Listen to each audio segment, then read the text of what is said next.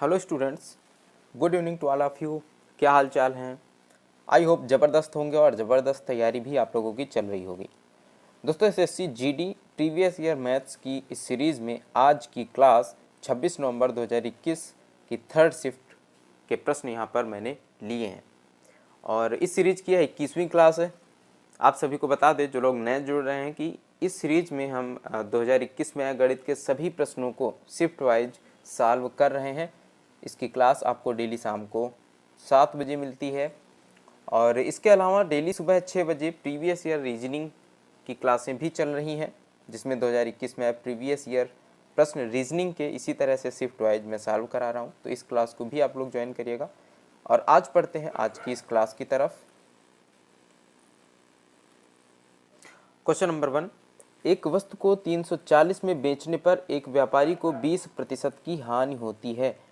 15% का लाभ प्राप्त करने के लिए उसे इसको कितने रुपए में बेचना चाहिए? देखें, अगर 20% की हानि हो रही है तब कितने में बिक रहा है? 340 में बिक रहा है। 20% हानि का मतलब क्या है? 80%। अगर मान लीजिए 100 यूनिट क्रय मूल्य है, 20% की हानि में बिक रही है तो 80 यूनिट में बिक रही है और 80 यूनिट बराबर क्या है? 340 रुपए के है। और जब 15% लाभ होगा तो 115 में बिकेगी। 115 यूनिट बराबर क्या होगा? 340 बटे 80 गुणे 115। ठीक है, 0 से 0 कैंसिल हो जाएगा और 2 से काट लेंगे तो 2 चौको 8 और 2 से काटेंगे इधर तो 2 एक कम 2, 2 सती 14, 17 आ जाएगा। 17 से 115 को गुणा कर देंगे, 17 5 85, हाथ से लगे 8, 17 कम 17 और 8 हो जाएगा 25, हाथ से लगे 2, 17 कम 17 और 2 19, 1955 बटे 4, 4 से काटेंगे तो 4 चौको 16 और यहाँ पर आएगा 3, 4 अट्ठे 32, 3 4 अट्ठे 32 और 3 तो 4 सत्ते 28 और 4 पंचे 20, 488.75 रुपये यहाँ पर आ जाएगा। ठीक है, आगे बढ़ते हैं अगले क्वेश्चन में। क्वेश्चन नंबर 2, एक निश्चित धनराशि पर एक निश्चित वार्षिक दर से 2 वर्ष में प्राप्त चक्रवृद्धि ब्याज 1128.6 है, जबकि ब्याज की गणना वार्षिक चक्रवृद्धि आधार पर करी जाती है और समान राशि पर समान दर पर समान अवधि में प्राप्त साधारण ब्याज 1080 है। देखिए, 2 वर्ष में साधारण ब्याज कितना मिल रहा है? 1080 मिल रहा है और साधारण ब्याज के बारे में हमें पता है कि प्रत्येक वर्ष यह बराबर लगता है। तो एक वर्ष का साधारण ब्याज क्या होगा? 2 पंचे 10, 2 चौको 8, 540 होगा। तो पहले वर्ष में साधारण ब्याज 540 मिला होगा, दूसरे वर्ष में भी 540 ही साधारण ब्याज मिलेगा, तो साधारण ब्याज टोटल कितना हो जाएगा? 1080 हो जाएगा। लेकिन चक्रवृद्धि ब्याज क्या होगा? पहले वर्ष में तो साधारण ब्याज और चक्रवृद्धि ब्याज बराबर रहेगा, 540 रहेगा। दूसरे वर्ष में मूलधन पर तो 540 का ब्याज मिलेगा, लेकिन चक्रवृद्धि ब्याज है तो ब्याज पर भी ब्याज लगेगा, इस 540 पे भी ब्याज लगेगा और जो ब्याज बढ़ रहा है यहाँ पर 2 वर्षों में 1128.6 है और यहाँ पर साधारण ब्याज 1080 है। तो जो इनका अंतर है वो किस वजह से आया है? दूसरे वर्ष में जो ब्याज पर ब्याज लगा है इस वजह से। तो कितना अंतर है, कितना बढ़ा है? 1128.6 में से 1080 को माइनस कर देंगे, कितना आ जाएगा? 8.6 और यहाँ पर आ जाएगा 4, 48.6। तो 540 का कितना प्रतिशत होगा? 48.6। यही जो है रेट ऑफ इंटरेस्ट हो जाएगा, ब्याज की दर हो जाएगी। तो 540 का 48.6 कितना परसेंट है? इधर काउंट कर लेंगे, 48.6 बटे 540 गुणित 100। ठीक है, 0 से यह 0 कैंसिल होगा और यहाँ से दशमलव हटाएंगे, एक 0 बढ़ा देंगे और इस 0 से यह 0 कैंसिल हो जाएगा। 54 से काट लेंगे तो 5 अट्ठे 40 और 5 5 ने 45 और 9 चौको 36, 9 पंचे 45, 3 48, 9 बार जाएगा। यानी यहाँ पर जो ब्याज की दर आई है वो कितनी है? 9% है। ठीक है, बोला जा रहा है कि समान राशि पर समान दर पर 3 वर्ष में प्राप्त चक्रवृद्धि ब्याज और साधारण ब्याज का अंतर ज्ञात करो। तो तीसरे वर्ष साधारण ब्याज फिर से कितना प्राप्त होगा? 540 प्राप्त होगा और इस 540 का और इस 540 का 9% और 9% कितना होगा? 48.6 और 48.6 तीसरे वर्ष काउंट हो जाएगा। तो 2 छक्के 12, 2 अट्ठे 16, 1 17 के साथ हासिल लगाए, 2 चौको 8, 1 9, 97.2 होगा और इस 48.6% का 6 का भी 9% ब्याज यहाँ पर काउंट हो जाएगा। तो कितना होगा? 9 छक्के 54, 9 ठे 72 और 5 77 के साथ हासिल लगे 7, 9 चौको 36 और 7 कितना होगा 43 हो जाएगा। ठीक है, और कितने अंकों के बाद 1 2 3 अंकों के बाद दशमलव लगा देंगे, क्योंकि बटे में कितना रहता है 100 रहता है जब हम परसेंट निकालते हैं। तो यहाँ पर जो इनका अंतर आएगा, ऊपर तो 3 वर्षों का यह साधारण ब्याज है और यह टोटल अगर देखा जाए तो चक्रवृद्धि ब्याज है, तो अंतर केवल कितना होगा, इस पार्ट को हम काउंट कर लेंगे, यही क्या हो जाएगा अंतर आ जाएगा। ठीक है, तो इन सब को जोड़ लेते हैं।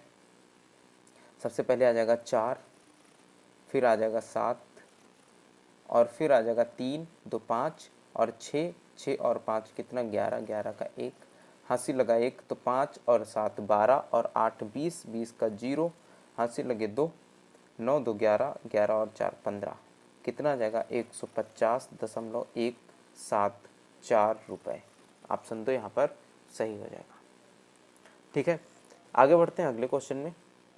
0.45 अनुपात x समानुपात 3 अनुपात 8, अंदर अंदर वालों का गुणा बराबर होगा बाहर वालों के गुणे के, तो 3x बराबर कितना होगा 0.45 गुणे 8। ठीक है, 3 से काट लेंगे तो 15 3 45 होता है, 0.15 आ जाएगा। x बराबर 15 × 120, 1 2 अंकों के बाद दशमलव लगा देंगे तो कितना आ जाएगा 1.2 आ जाएगा। x का मान कितना होगा दोस्त 1.2 होगा। ठीक है, क्लियर है। आगे बढ़ते हैं अगले क्वेश्चन में। एक चालक एक कार्य को 60 किलोमीटर प्रति घंटे की एक समान चाल से चलाता है और 330 किलोमीटर की दूरी पर स्थित गंतव्य पर 30 मिनट की देरी से पहुंचता है। समय पर पहुंचने के लिए चाल में कितने प्रतिशत की वृद्धि होनी चाहिए। सबसे पहले देखेंगे उसे टाइम लग कितना रहा है, 330 किलोमीटर की दूरी चल रहा है 60 किलोमीटर प्रति घंटे की रफ्तार से। तो टाइम बराबर क्या होता है डिस्टेंस अपान स्पीड। तो टाइम लग कितना रहा है, 6 से इसे भाग कर देंगे, 6 पंचे 30 दशमलव 6 पंचे 30 5.5 यानी 5.5 घंटे लग रहे हैं, और 30 मिनट का मतलब क्या होता है 1/2 घंटे यानी 0.5 घंटे। 30 मिनट का मतलब आधा घंटा और आधा घंटा का मतलब 0.5 घंटे। जब यह 0.5 घंटे की देरी से पहुंच रहा है इस स्पीड पर चलने से, इसका मतलब है कि उसे एक्चुअल में टाइम कितना लेना चाहिए 5 घंटे, लेकिन वह 0.5 घंटे ज़्यादा ले रहा है, यानी आधे घंटे ज़्यादा ले रहा है। तो उसका जो एक्चुअल टाइम होना चाहिए वह कितना होना चाहिए 5 घंटे, और दूरी टोटल कितनी है 330 किलोमीटर। तो उसकी स्पीड कितनी होनी चाहिए यहाँ पर समय से पहुँचने के लिए 330/5 कितना होना चाहिए 5 छके 30 और 5 छके 30 66 किलोमीटर प्रति घंटे होनी चाहिए। पूछा जा रहा है कि समय पर पहुंचने के लिए चाल में कितने प्रतिशत की वृद्धि होनी चाहिए। पहले चाल कितनी थी 60 किलोमीटर प्रति घंटा और होनी कितनी चाहिए 66 होनी चाहिए, तो 6 की वृद्धि होनी चाहिए। 60 में से गुणे 100 कर देंगे, 6 धाम 60 और 10 से काट देंगे, कितना आ जाएगा 10%। तो 10% की वृद्धि होनी चाहिए चाल में। ठीक है, आगे बढ़ते हैं अगले क्वेश्चन में। एक व्यक्ति ने एक मशीन 50,000 रुपये में खरीदी और उस पर क्रय मूल्य से 20% अधिक मूल्य अंकित किया और उसे 15% की छूट पर बेच दी। प्रतिशत लाभ या हानि ज्ञात करें। देखिए हम इसमें डायरेक्ट कौन सा फार्मूला लगा देगा x + y + xy बटे में 100, तभी यहाँ से प्रश्न सॉल्व हो जाएगा, प्रश्न का उत्तर आ जाएगा। जो अधिक मूल्य अंकित किया जा रहा है यानी ज़्यादा मूल्य अंकित किया जा रहा है उसे प्लस में रखेंगे, और जहाँ पर छूट दी जा रही है उसे माइनस में लिखेंगे। छूट हमेशा कहाँ में लिखेंगे माइनस में। तो 20 - 15 और प्लस और माइनस का गुणा माइनस हो जाएगा, -20 गुणे 15 हो जाएगा, बटे कितना होगा 100। ठीक है, 20 से काटेंगे 20 पंचे 100, 5 3 15 3 आ जाएगा। 20 - 15 5 होगा, -3 यहाँ पर है तो कितना आ जाएगा 2 आ जाएगा, और पॉजिटिव है 2, इसका मतलब 2% का क्या होगा लाभ होगा। ऑप्शन 4 यहाँ पर सही हो जाएगा। ठीक है, आगे बढ़ते हैं अगले क्वेश्चन में। एक निश्चित कार्य का 3/8 भाग 9 दिन में पूरा कर सकता है ए। अगर 3/8 भाग 9 दिन में पूरा कर सकता है तो टोटल काम कितने दिन में पूरा होगा। तो 9 को गुणा कर देंगे 8/3 से, कितना आ जाएगा 24 दिन। ए को 24 दिन लगेगा। बी उसी कार्य के 80% भाग को 16 दिन में करा है। देखें तो 100% यानी पूरे काम को कितने दिन में करेगा, तो 16/80 गुणे 100 कर देंगे, 16 पंचे 80 कितना आ जाएगा 20 आ जाएगा। यानी बी उसी पूरे काम को कितने दिन में करेगा 20 दिन में करेगा। ठीक है, अब सबसे पहले तो यहाँ पर एलसीएम ले लेंगे, कितना आ जाएगा 120, यहाँ पर आ जाएगा 5 और यहाँ पर कितना आ जाएगा इसकी क्षमता 6 आ जाएगी। दोनों ने मिल करके 5 दिन कार्य किया है, इनकी क्षमता कितनी है 6 और 5 11 है मिला करके, और दोनों 11 क्षमता के साथ अगर 5 दिन तक कार्य करेंगे तो काम कितना कंप्लीट हो जाएगा 55।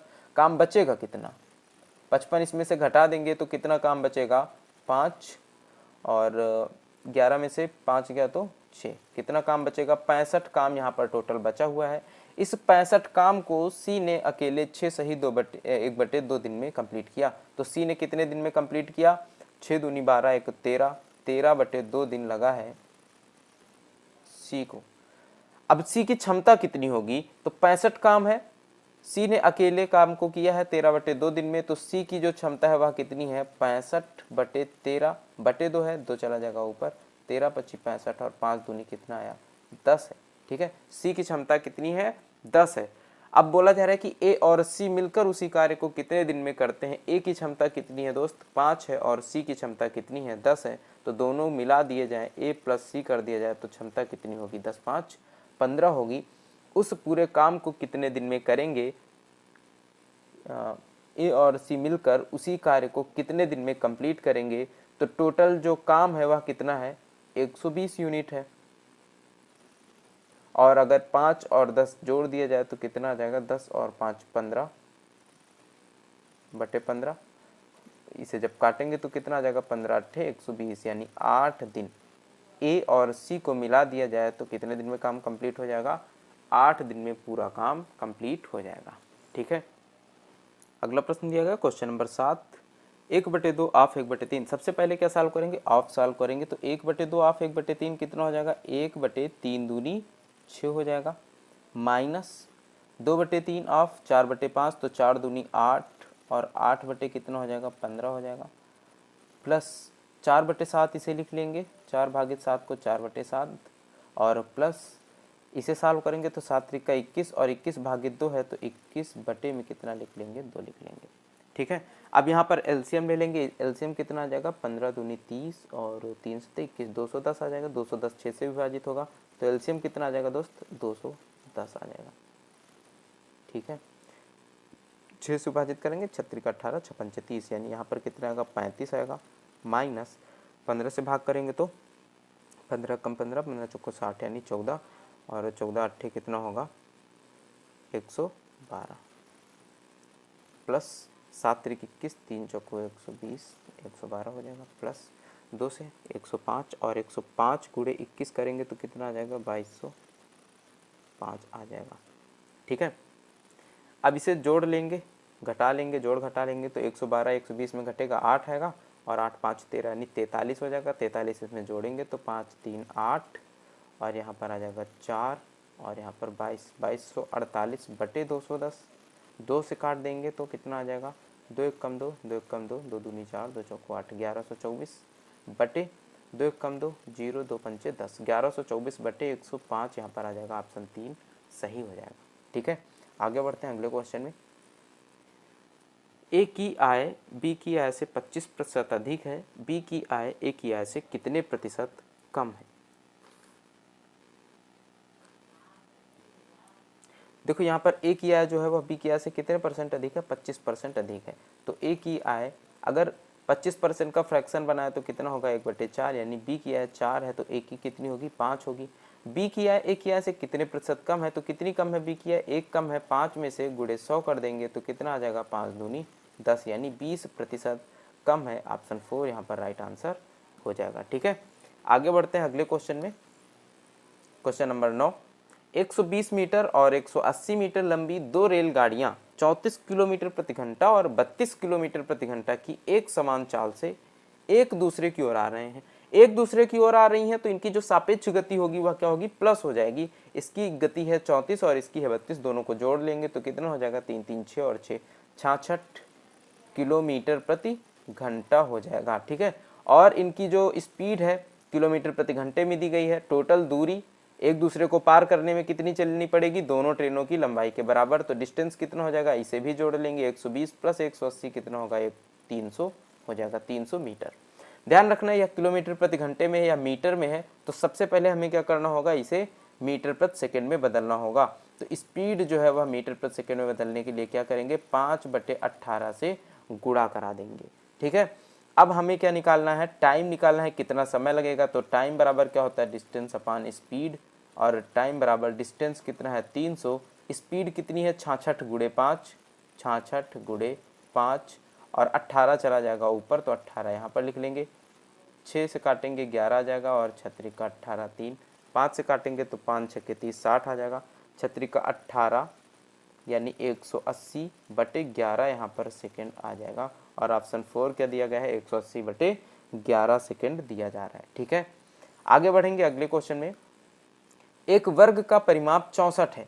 देखिए वर्ग का परिमाप, वर्ग की चारों भुजाएं बराबर होती हैं, और परिमाप क्या होता है, चारों भुजाओं का योग। अगर एक भुजा ए है तो चारों भुजाएं क्या होंगी 4a होंगी, और 4a बराबर कितना है 64 है, तो a बराबर क्या होगा 16 होगा।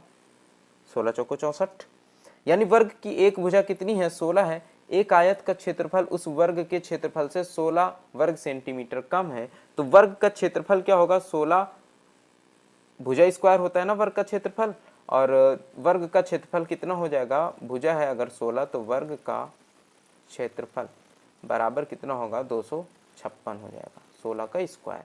ठीक है, और आयत का जो क्षेत्रफल है तो आयत का क्षेत्रफल इस वर्ग के क्षेत्रफल से 16 कम है, तो कितना है 240 है। 256 में से 16 को घटा लेंगे तो कितना आ जाएगा 240। तो आयत का क्षेत्रफल वर्ग के क्षेत्रफल से 16 कम है यानी 240 है। यदि आयत की लंबाई 12 सेंटीमीटर हो, आयत का क्षेत्रफल क्या होता है लंबाई गुणे चौड़ाई होता है बराबर 240। अगर यहाँ पर लंबाई 20 सेंटीमीटर हो तो चौड़ाई क्या होगा 240 बटे लंबाई 20 कितना हो जाएगा 12 आ जाएगा 12 सेंटीमीटर। तो बताएं लंबाई 20 सेंटीमीटर है और चौड़ाई है 12 सेंटीमीटर, तो परिमाप क्या होगा, यह एक आयत है, इसकी लंबाई जो है यह है 20 सेंटीमीटर और चौड़ाई है 12, तो यह लंबाई भी 20 होगी और यहाँ पर चौड़ाई कितनी होगी 12 होगी। परिमाप क्या होता है चारों भुजाओं का योगफल 20 20 40 और 12 12 24 कितना होगा 64 होगा। 40 + 24 64 हो जाएगा। या फिर आयत के परिमाप का क्षेत्रफल क्या होता है 2 × L + B। ठीक है, 2 गुणे लंबाई प्लस चौड़ाई, तो लंबाई और चौड़ाई कितना हो जाएगा 32 हो जाएगा। 20 + 12 32 और गुणे 2 कर देंगे तो कितना आ जाएगा 64 आ जाएगा। ठीक है ना, आगे बढ़ते हैं अगले क्वेश्चन की तरफ। क्वेश्चन नंबर 11, रोहित और मनोज के पास कुल 1320 रुपए हैं। यदि रोहित की धनराशि का, अच्छा मान लेते हैं कि रोहित के पास R रुपए हैं और मनोज के पास M रुपए हैं, तो रोहित की धनराशि का 10/21 बराबर है मनोज की धनराशि के 5/7 के। ठीक है, इनका रेशियो बना लेंगे तो रोहित बटे यहाँ पर मनोज बराबर, इनको उधर भेज देंगे तो 5/7 गुणे कितना हो जाएगा 21/10 हो जाएगा। 5 से काटेंगे 5 दूनी 10, 7 से काटेंगे 7 × 21, तो इनका रेशियो कितना आ जाएगा 3 और 2। रोहित का 3 मनोज का 2, दोनों को मिला दे तो कितना होगा 3 तो 5 और 5 यूनिट बराबर है 1320 रुपए के। तो 1 यूनिट बराबर क्या होगा 5 दूनी 10, 5 छक्के 30, 5 चौको 20, 264 रुपए के। पूछा जा रहा है रोहित के पास कितनी धनराशि है, रोहित के पास 3 यूनिट धनराशि है, तो 3 यूनिट का मान क्या होगा 3 चौको 12, 3 छंग 18, 1 19, 3 दूनी 6, 1 7, तो 792 रुपए, यानी ऑप्शन 4 यहाँ पर राइट आंसर हो जाएगा। ठीक है, क्लियर है। आगे बढ़ते हैं अगले क्वेश्चन में। अगला क्वेश्चन देखिए क्या बोला गया कि 13,540 रुपए की राशि को कमल और सुनीता के बीच इस प्रकार विभाजित किया गया है कि 8% वार्षिक चक्रवृद्धि ब्याज की दर पर 5 वर्ष के पश्चात कमल के हिस्से पर प्राप्त मिश्रधन समान दर पर 7 वर्ष के पश्चात सुनीता के हिस्से पर प्राप्त मिश्रधन के बराबर हो, जबकि ब्याज की गणना वार्षिक चक्रवृद्धि आधार पर करी जाती है। तो सबसे पहले आप देखेंगे इनके बीच का अंतर कितना है, 2 वर्षों का है, तो 2 वर्षों में कितना ब्याज में परिवर्तन होगा, यानी कितने यूनिट का ब्याज लगेगा, या फिर मिश्रधन 2 वर्षों के बाद कितना होगा, बस आपको यह देखना है। क्योंकि चक्रवृद्धि ब्याज में क्या होता है, जैसे 1 वर्ष के बाद जो ब्याज मिला होगा तो मूलधन और ब्याज को काउंट कर लिया जाएगा, टोटल अब मूलधन हो जाएगा और इस मूलधन पर अब अगले वर्ष के लिए ब्याज लगेगा। चक्रवृद्धि ब्याज में कुछ ऐसा होता है। तो 5 वर्षों में जितना ब्याज मिला होगा वो सब जुड़ जाएगा, मिश्रधन हो जाएगा 5 वर्षों का। ठीक है, और फिर इसमें 2 वर्षों का ब्याज मिलेगा और वह ब्याज जोड़ करके 7 वर्षों के पश्चात सुनीता का हिस्सा यहाँ पर बन जाएगा। तो 5 वर्षों के बाद कमल का हिस्सा बराबर है 7 वर्षों के बाद जो सुनीता को मिश्र धन प्राप्त होगा उसके। तो यहाँ पर सबसे पहले तो देखेंगे कि यहाँ पर 8% का ब्याज, इसे फ्रैक्शन में बदलेंगे, कितना आ जाएगा 2/25 आ जाएगा। यानी एक वर्ष में राशि 25 से 27 हो रही है और यहाँ पर 2 वर्षों का अंतर है, तो 2 वर्षों में क्या होगा, इनका स्क्वायर कर देंगे। अगर राशि 625 यूनिट रही होगी तो कितनी हो जाएगी, 729 यूनिट हो जाएगी। यानी कि जो कमल को मिश्रधन प्राप्त हो रहा है वह 625 है और जो 2 वर्षों के बाद सुनीता को प्राप्त होगा वह 729 होगा मिश्रधन। ठीक है, अब यहां पर बोला जा रहा है कि कमल को प्राप्त हिस्से 625 यूनिट बराबर है जो सुनीता को प्राप्त है 729, यानी इस मिश्रधन के। ठीक है, यह दोनों बराबर हैं, तो इनका हिस्सा पूछा जा रहा है कि क्या होगा। तो कमल और सुनीता का अगर रेशियो बनाया जाए तो 729 बटे कितना बनेगा, 625, यानी 729 अनुपात 625 बनेगा। इन दोनों को टोटल ऐड कर लिया जाए तो कमल और सुनीता का टोटल हिस्सा दोनों को मिला दिया जाए तो कितना है, 13,540 है। इन दोनों को जोड़ लेंगे तो कितना आ जाएगा, 1354 आ जाएगा, और 1354 बराबर है 13,540 के। इन दोनों को जोड़ लेंगे। ठीक है, तो 1 यूनिट बराबर कितना आ जाएगा, 10 के। बोला क्या जा रहा है, कमल का हिस्सा ज्ञात करो। कमल का हिस्सा कितना है दोस्त, 729 है, तो 1 यूनिट बराबर 10 है, तो 729 यूनिट बराबर क्या होगा, 7290 रुपए के हो जाएगा। और 7290 किस ऑप्शन में, ऑप्शन 2 यहाँ पर राइट आंसर हो जाएगा। क्लियर है, आगे बढ़ते हैं अगले क्वेश्चन में। वह बड़ी से बड़ी संख्या ज्ञात कीजिए जिससे 265, 580 और 825 को विभाजित करने पर प्रत्येक मामले में समान शेष बचता है। जब समान शेष बचने की बात आती है तो हम क्या करेंगे, सबसे पहले इनका आपस में अंतर निकालते हैं। यहाँ पर इनका अंतर कितना आ जाएगा, 580 में से 265 को घटा देंगे तो कितना आ जाएगा, 5, और 7 में से 6 गया तो 1, और 5 में से 2 गया तो 3, 315 आ जाएगा। अब 825 में से 580 को घटा देंगे, कितना आ जाएगा, 5, 4, और इधर कितना आ जाएगा, 2, 245 आ जाएगा। ठीक है, 825 में से 265 को घटा देंगे, 825 माइनस 265 कितना आ जाएगा, 0 और 6, 7 में से 2 गया तो 5, 560। अब जो सबसे छोटी संख्या होगी ना, जैसे यह 245 है, इससे हम 315 को भाग करेंगे तो 245, इन दोनों का HCF निकालेंगे 315। हमें इन तीनों संख्याओं का HCF निकालना है, तो सबसे पहले इन दोनों का HCF निकालेंगे, कितना आ जाएगा, 245, 0, और यहाँ पर कितना आ जाएगा, 7। ठीक है, 70 आ गया। अब 245 को 70 से भाग करेंगे तो 7 त्रिक का 21, 0, 210 आ जाएगा। यहाँ पर कितना बचेगा, 5, और इधर आएगा 3। 70 को भाग करेंगे तो 35 दूनी 70, पूरा कैंसिल हो जाएगा। तो इन दोनों संख्याओं का HCF कितना आया है, 35 आया है। और देखेंगे कि क्या यह संख्या जो 560 है या 35 से विभाजित है। वैसे अगर ऑप्शन में देखेंगे तो 35 मिल रहा है, इससे छोटी संख्या एक ही है 25, और जो कि 35 का गुणज नहीं है, यानी 35 के गुणनखंड में नहीं आता है। तो यहाँ पर जो ऑप्शन होगा वह 35 सही हो जाएगा। लेकिन अगर हम चाहें तो अपनी संतुष्टि के लिए 35 से एक बार 560 को भाग करके देख लें, तो 35 से कम 35 कितना बचेगा, 1 और 2 0, और यहाँ पर कितना 21 है तो 3 छंग 18, 6 पंचे 30, 6 का 18, 2 21 कैंसिल हो जाएगा।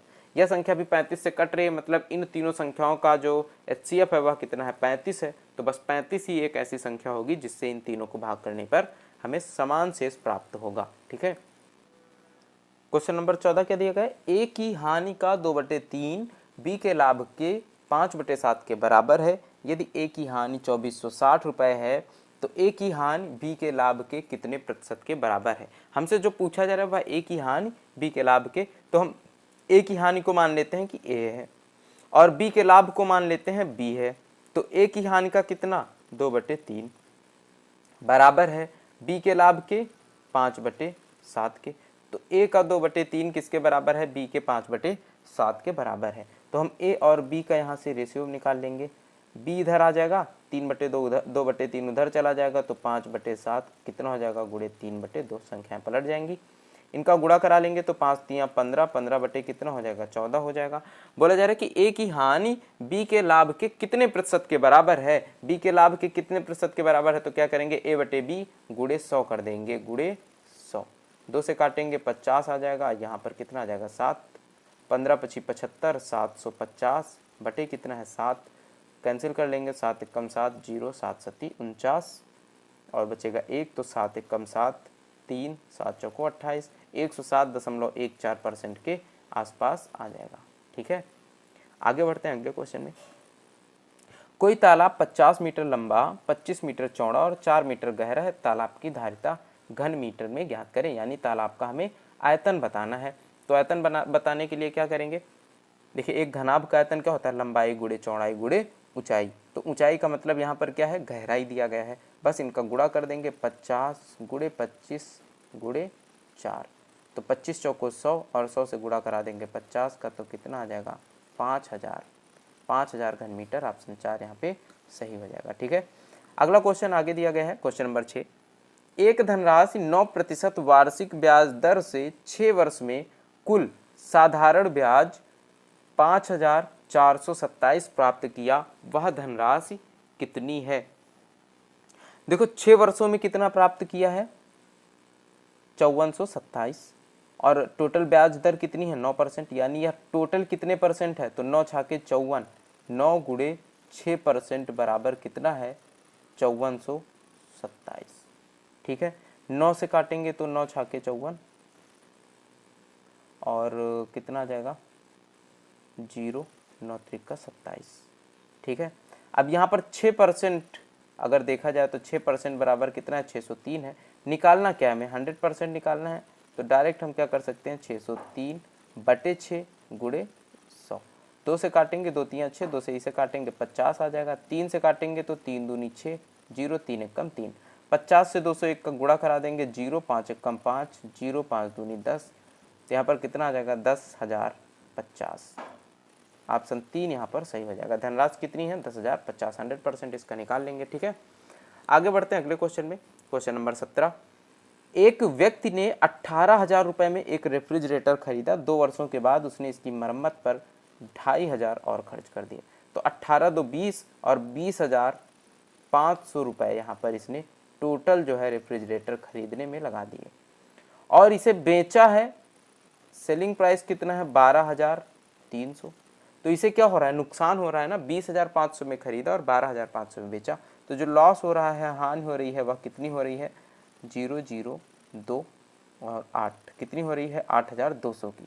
तो हानि प्रतिशत क्या होगा 8,200 बटे 2,000 20,500 गुणे 100। ठीक है, 0 से 0 कैंसिल, 0 से 0 कैंसिल, कितना आ जाएगा 4। ठीक है, यह 4 बार यहाँ पर चला जाएगा, तो 4 पंचे 20 और 4 पंचे 20 और 4 दूनी 8। ठीक है, तो 40 आ जाएगा, यहाँ पर कितना आ जाएगा 40% आ जाएगा। लॉस प्रतिशत कितना है, हानि प्रतिशत कितना है 40% है। ठीक है ना, आगे बढ़ते हैं अगले क्वेश्चन में, क्वेश्चन नंबर 18। सबसे पहले ऑफ को सॉल्व करेंगे फिर भाग को, तो 2 गुणे 7 बटे में क्या लिख लेंगे 14 गुणे 4।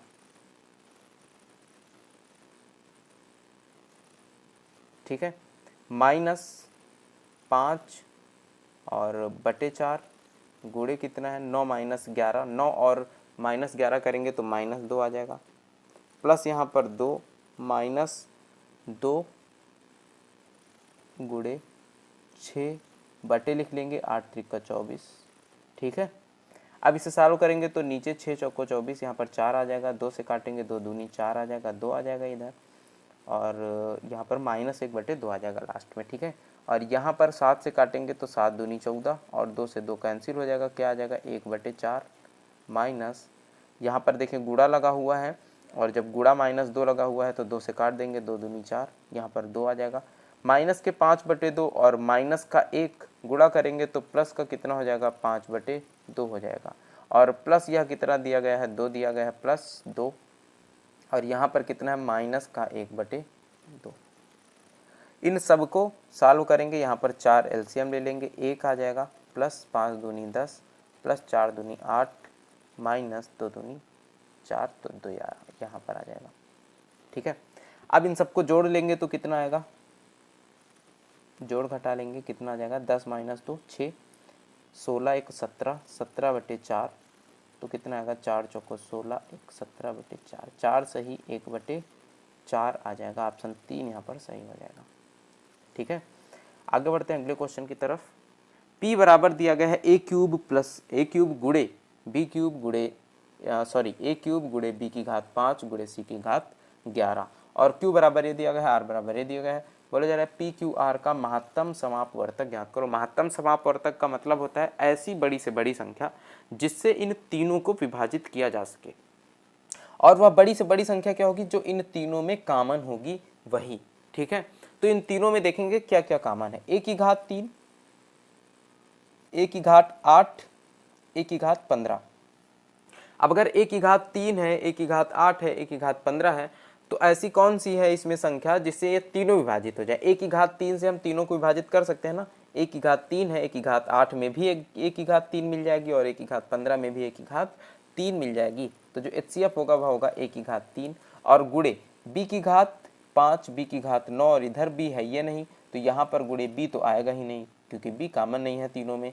c की घात 11, c की घात 5 और c की घात 23 है, तो यहाँ पर कौन सी संख्या हो जाएगी, c की घात 5 हो जाएगी। तो जो HCF आएगा वो a की घात 3 गुड़े c की घात 5, यानी ऑप्शन 2 सही हो जाएगा। कभी भी इस तरह का प्रश्न आ जाए और आपको HCF निकालना हो तो आपको यह देख लेना है कि इन तीनों में जहाँ पर सबसे कम घात वाली संख्या लिखी हो, जैसे a की घात 3 सबसे कम है तो बस a की घात 3 को ले लेंगे, और c की घात 5 सबसे कम है तो c की घात 5 ले लेंगे। और यदि कोई ऐसी संख्या होती है जैसे यहाँ पर b की घात 5 और b की घात 9, b यहाँ पर है नहीं, तो उसे हम लिखेंगे भी नहीं। ठीक है, क्योंकि हमें एक ऐसी संख्या चाहिए, HCF का मतलब ऐसी संख्या जो इन तीनों को विभाजित कर सके पूरी तरह से। ठीक है, आगे बढ़ेंगे अगले क्वेश्चन की तरफ। चलो क्वेश्चन नंबर 20 देखें क्या दिया गया है। किसी वस्तु को 14 सही 1/2% और 10 सही 1/2% की छूट पर बेचे जाने पर उसके विक्रय मूल्यों का अंतर 48 है। यदि अंकित मूल्य क्रय मूल्य से 25% अधिक हो तो वस्तु का क्रय मूल्य कितना होगा।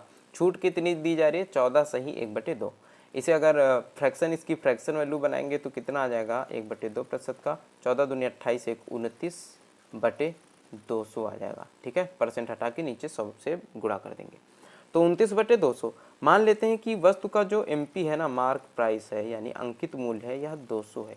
तो 200 में 29 की छूट दी जा रही है। जब 29 की छूट दी जाएगी तो कितने में बेचा जाएगा, 1 और 7 171 में बेचा जाएगा। ठीक है, और फिर इसकी अगर इसका प्रतिशत बनाए, फ्रैक्शन बनाए, तो 10 सही 1/2% का 10 दूनी 20, 1 21, 21 बटे क्या आ जाएगा 200 आ जाएगा।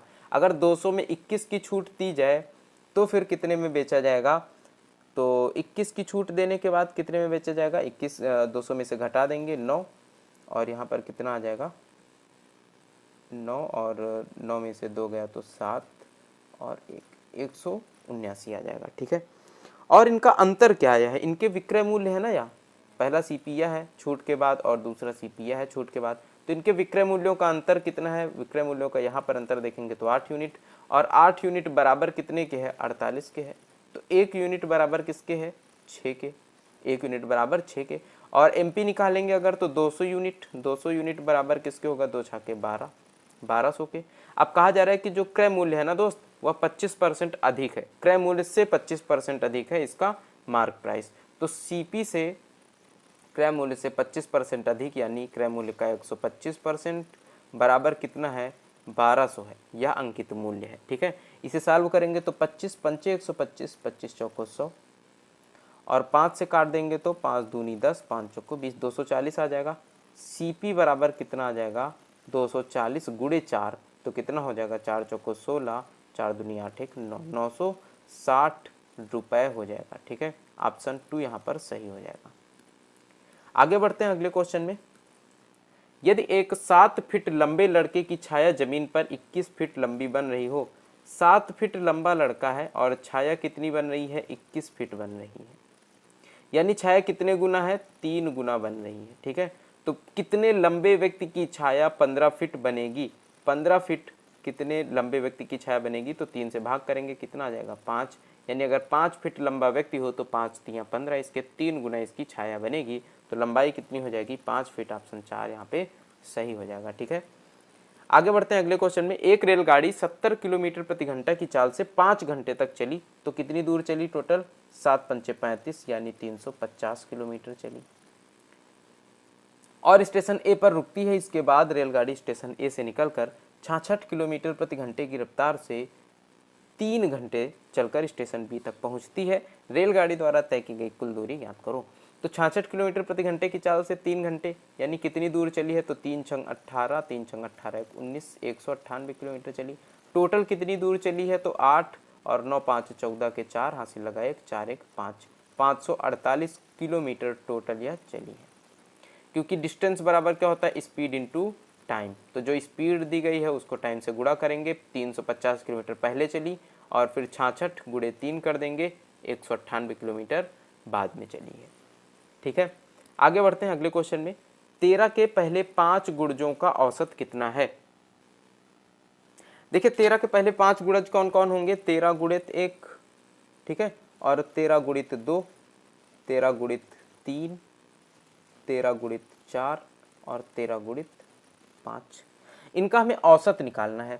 और यहां से क्या करेंगे, अगर हम 13 को कॉमन कर लें तो 1, क्योंकि यहाँ पर क्या करना है, प्लस करना है, और प्लस करके क्या करेंगे, 1 2 3 4 5, 5 से कर देंगे भाग, क्योंकि 5 संख्याएं हैं।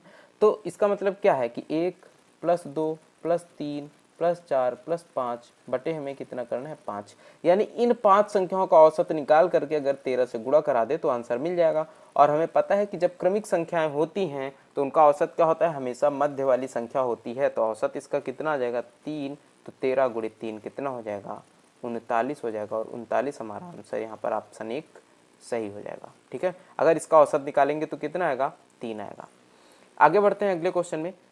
3 संख्याओं में से पहली संख्या दूसरी संख्या की 3 गुनी है, A B C 3 संख्याएं हैं। दूसरी संख्या तीसरी संख्या के आधे के बराबर है। अगर तीसरी संख्या यहाँ पर 2 है तो दूसरी संख्या क्या होगी, तीसरी संख्या के आधे के बराबर है यानी 1 होगी। और पहली संख्या दूसरी संख्या की 3 गुनी है यानी 3 होगी। इन तीनों संख्याओं का औसत 60 है। तो यहाँ पर संख्याएं हम x और x लगा करके मान लेते हैं, 3x, x और 2x। सबका योग कितना होगा, 3 1 4 2 6, 6x, और 3 संख्याएं हैं तो बटे 3, यहाँ इनका औसत होगा। बराबर कितना है 60 के है, तो x बराबर कितना आएगा दोस्त 30 आ जाएगा। और तीसरी संख्या हमें बतानी है, तीसरी संख्या क्या है 2x है, तो 2x बराबर कितना होगा 3 दूनी 6 यानी 60 हो जाएगा। ऑप्शन 4 यहाँ पर राइट आंसर हो जाएगा। ठीक है, आगे बढ़ते हैं अगले क्वेश्चन में। कुछ वस्तुओं को इस प्रकार बेचा गया कि 60% वस्तुओं का क्रय मूल्य 40% वस्तुओं के विक्रय मूल्य के बराबर है, तो लाभ प्रतिशत ज्ञात करो। 60%, तो प्रतिशत को हटा करके बटे 100 लिख लें। वस्तुओं का जो CP है वह 40% बटे में 100 लिख लेंगे, परसेंट हटा करके, कि SP के बराबर है, विक्रय मूल्य के बराबर है। 100 से 100 कैंसिल हो जाएगा, 0 से 0 कैंसिल हो जाएगा, 2 3 6, 2 दूनी 4। अगर यहाँ पर CP बटे SP कर दें, SP इधर ले आएँ तो 2 इधर है और 3 इधर चला जाएगा, तो 3 हो जाएगा। CP 2 है, SP 3 है। लाभ प्रतिशत बताना है, कितने का लाभ हो रहा है, 1 का लाभ हो रहा है, 2 में से गुणे 100 कर देंगे तो कितना लाभ हुआ दोस्त 50% का लाभ हुआ। ऑप्शन 2 यहाँ पर सही हो जाएगा। तो यह थे आज के 50 प्रश्न। क्लास आपको कैसी लगी है कमेंट करके जरूर बताइएगा। अगर आपको किसी भी प्रश्न में कोई भी डाउट रहता है तो आप प्रश्न नंबर के सहित आप हमसे क्वेरी कर सकते हैं। प्रश्न नंबर लिख दीजिए और बता दीजिए कि आपको यहाँ पर क्या समझ में नहीं आया। ठीक है, अगर क्लास पसंद आई हो तो लाइक कर दीजिए। अगर आपको लगता है कि यह क्लास हेल्पफुल है तो अपने दोस्तों के साथ इसे शेयर जरूर कर दीजिए। ठीक है, और मैं अब आप लोगों को मिलूंगा नेक्स्ट क्लास में। तब तक आप इस क्लास को लाइक, कमेंट और शेयर सब कुछ कर दीजिए। ठीक है, बाय बाय, टेक केयर, जय हिंद।